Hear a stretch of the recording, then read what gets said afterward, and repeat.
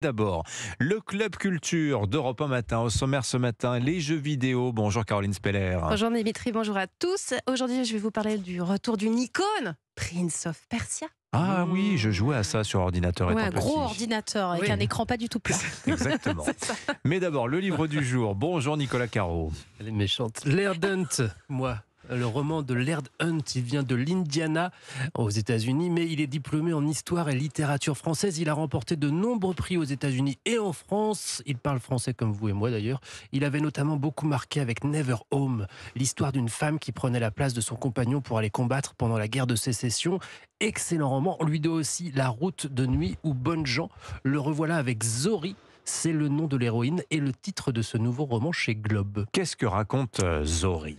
Presque rien, justement. Et presque tout, c'est ça ce qui est bien. Ça m'a fait penser, souvenez-vous, au roman de François Bégodeau en septembre qui racontait l'histoire d'un couple, de leur rencontre à leur mort, sans péripéties particulières. Vous l'avez mentionné 10 fois à peu près, le roman de Bégodeau. J'ai adoré. Oui. Mais avec des centaines de détails qui font qu'on ne s'ennuie pas. Un livre sur rien, disait Flaubert. C'est un peu ça, c'est donc l'histoire de Zori. Elle est enfant au début du roman, née dans les années 1900. Elle a perdu ses parents très jeunes. Elle est élevée par sa tante, ni méchante, ni particulièrement gentille. Elle travaille au champ. Zori, elle ne se plaint jamais. Elle n'y pense même pas, à vrai dire. Elle prend ce qu'elle a. Ça va. Mais un jour, sa tante aussi meurt et elle ne lui laisse que des dettes. Zori a 21 ans. On est en 1930. Elle doit se débrouiller. C'est la Grande Dépression, vous savez. Elle marche, elle cherche. Ici, on lui donne un sandwich en échange d'un coup de main pour vider une remise. Elle gagne 3 sous pour fendre du bois. Elle dort dans les granges ou à la Belle Étoile. Ouais, dur quand même. Hein. Oui, mais pareil, elle n'arrive toujours pas à se plaindre.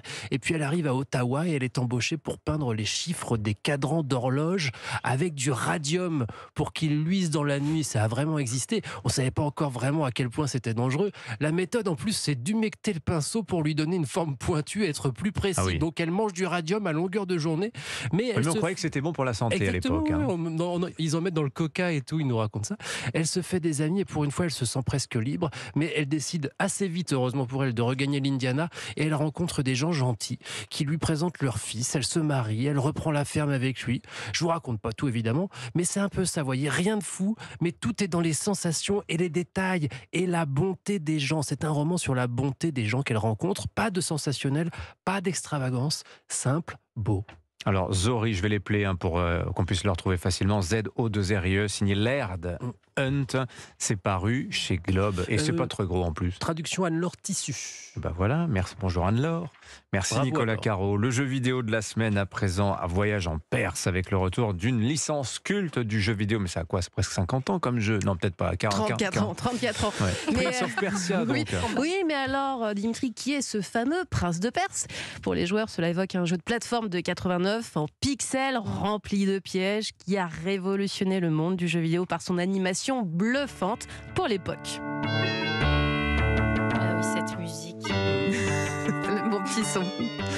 Alors Prince of Persia avait été repris une première fois dans une trilogie, c'était il y a une vingtaine d'années, par l'éditeur français Ubisoft. Oui, et on était alors plongé dans une aventure à l'ambiance conte des mille et une nuits où se mêlaient héros de KPDP, acrobatie et action à la Indiana Jones. Mais grâce à Ubisoft Montpellier, cette licence renaît avec Prince of Persia The Last Crown.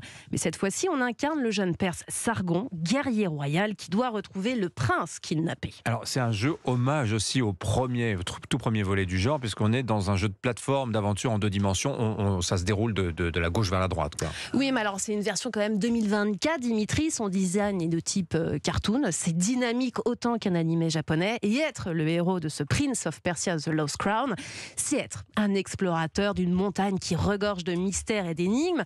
On découvre tout un labyrinthe aux différents biomes, allant d'une citadelle antique à un désert.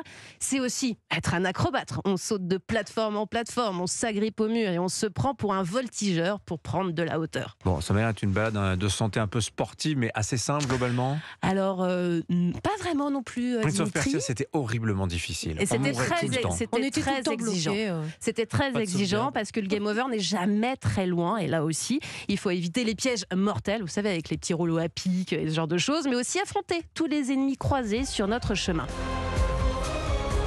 Et l'armée de nos 2 cimmetières, c'est à nous d'enchaîner les coups, d'avoir le bon tempo pour esquiver ou sortir une parade.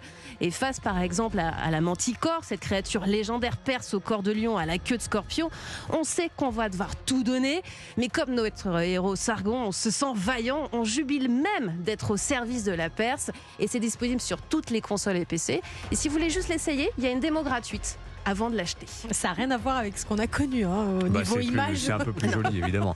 Prince of Persia, The Lost Crown. Alors, c'était impressionnant pour l'animation, oui. Prince of Persia. Merci beaucoup, les amis. Ce fut un plaisir.